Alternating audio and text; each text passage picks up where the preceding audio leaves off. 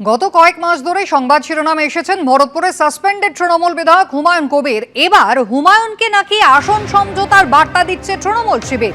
প্রশাসন এবং তৃণমূলের দালালদের মাধ্যমে এই বার্তা এসেছে বলে দাবি করেছেন হুমায়ুন কবির নিজে।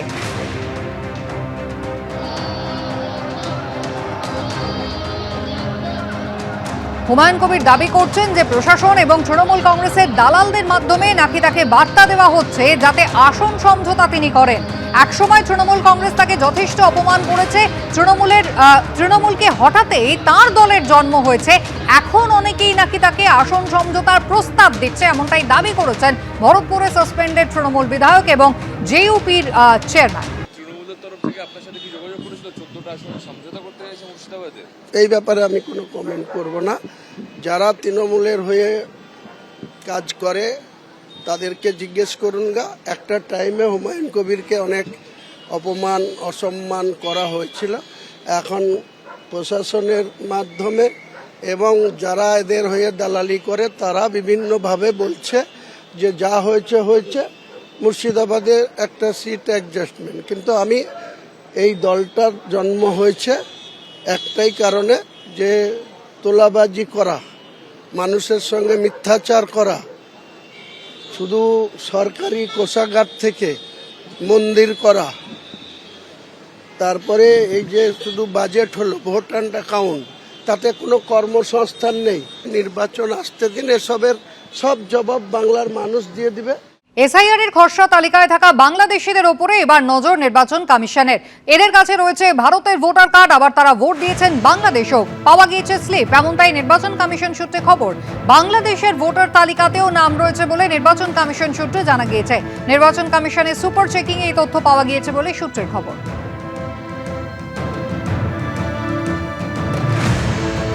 মহাভারতে একজন ধৃতরাষ্ট্র ছিল, আমাদের ভোটার লিস্টে 7 জন ধৃতরাষ্ট্রকে পাওয়া গেছে, যারা 100টা করে সন্তান।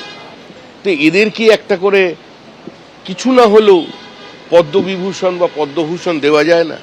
40 বছরে দাদু হয়ে গেছে, কি অসামান্য ক্ষমতা, এবং সেই নাতিও আবার ভোটার 22 বছরের।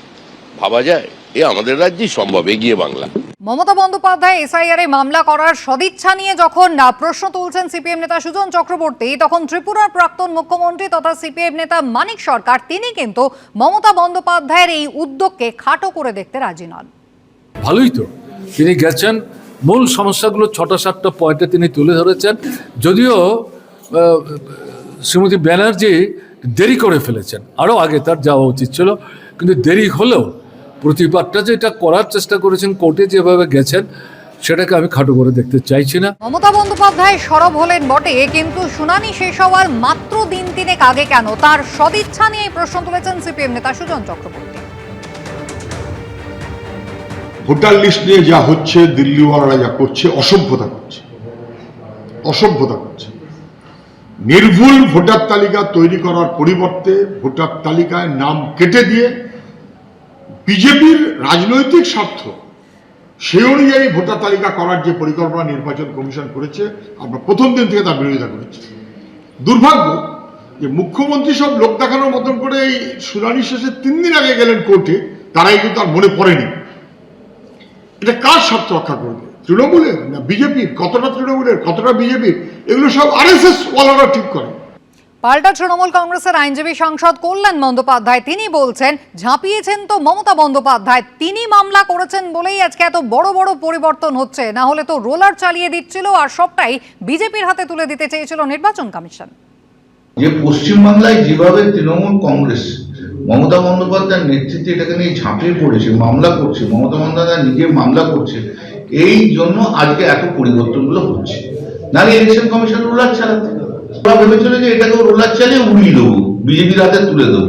গত বুধবারের পর সর্বোচ্চ আদালতে মমতা বন্দ্যোপাধ্যায়ের করা এসআইআর মামলার আজকে শুনানি রয়েছে। দুপুর 2টোয় আজকে সর্বোচ্চ আদালতে এই শুনানি হবে প্রধান বিচারপতির বেঞ্চে। তবে মমতা বন্দ্যোপাধ্যায়কে গত বুধবার যেখানে সশরীরে দেখা গিয়েছিল শুনানিতে উপস্থিত থাকতে, আজকে সশরীরে নন, তিনি ভার্চুয়ালি শুনানিতে উপস্থিত থাকবেন, এমনটাই জানা যাচ্ছে।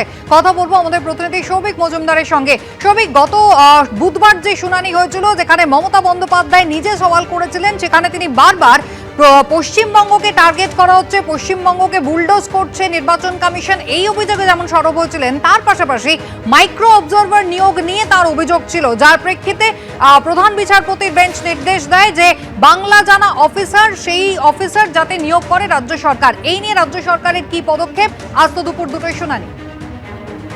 দেখো, একদমই মাননীয় মুখ্যমন্ত্রী মমতা বন্দ্যোপাধ্যায়ের যে মূল অভিযোগ ছিল, সেখানে তিনি বলেছিলেন এই যে মাইক্রো অবজারভারদের নিয়োগ করা হচ্ছে, এই মাইক্রো অবজারভারদের নিয়োগটা জাতীয় নির্বাচন কমিশন কার্যত রাজনৈতিক উদ্দেশ্য প্রণোদিতভাবে করছেন, এবং তার কারণ হিসেবে তিনি উল্লেখ করেছিলেন যে সমস্ত রাজ্যে বিজেপি ক্ষমতায় রয়েছে সেইখান থেকে এই মাইক্রো অবজারভারদের নিয়ে এসে পশ্চিমবঙ্গে নিয়োগ করা হচ্ছে, এবং এই মাইক্রো অবজারভারদের যে মূল কাজ সেটা হলো ভোটার তালিকা থেকে যারা বৈধ ভোটার রয়েছেন সেই ভোটারদের নাম বাদ দেওয়া, সেটাই কিন্তু এই মাইক্রো অবজারভারদের মূল কাজ বলে মাননীয় মুখ্যমন্ত্রী তিনি অভিযোগ করেছিলেন।